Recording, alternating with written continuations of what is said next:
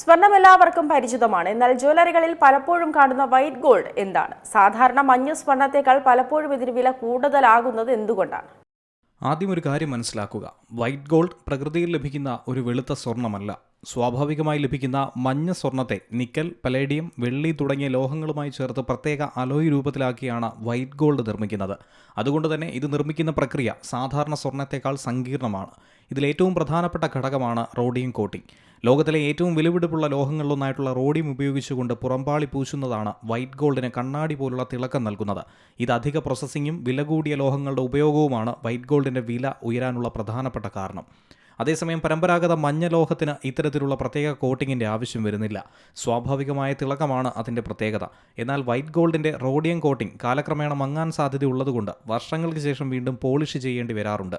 ലോകമെമ്പാടും വിവാഹമോതിരങ്ങൾക്കും ഡയമണ്ട് ആഭരണങ്ങൾക്കുമാണ് ഇന്ന് വൈറ്റ് ഗോൾഡിന് ഏറ്റവും കൂടുതൽ ആവശ്യക്കാർ. വെളുത്ത നിറമുള്ളതുകൊണ്ട് തന്നെ വജ്രത്തിൻ്റെ തിളക്കം കൂടുതൽ മനോഹരമായി പ്രകടമാക്കാൻ ഇതിന് സാധിക്കുന്നു. എന്നാൽ വാങ്ങുന്നതിന് മുൻപ് മറ്റൊരു കാര്യം കൂടി ശ്രദ്ധിക്കണം. നിക്കലിനോട് ചിലർക്കെങ്കിലും അലർജി ഉണ്ടാകും. അതുകൊണ്ട് നിക്കൽ ഫ്രീ വൈറ്റ് ഗോൾഡ് ആണോ എന്ന് ഉറപ്പാക്കുന്നതാകും നല്ലത്.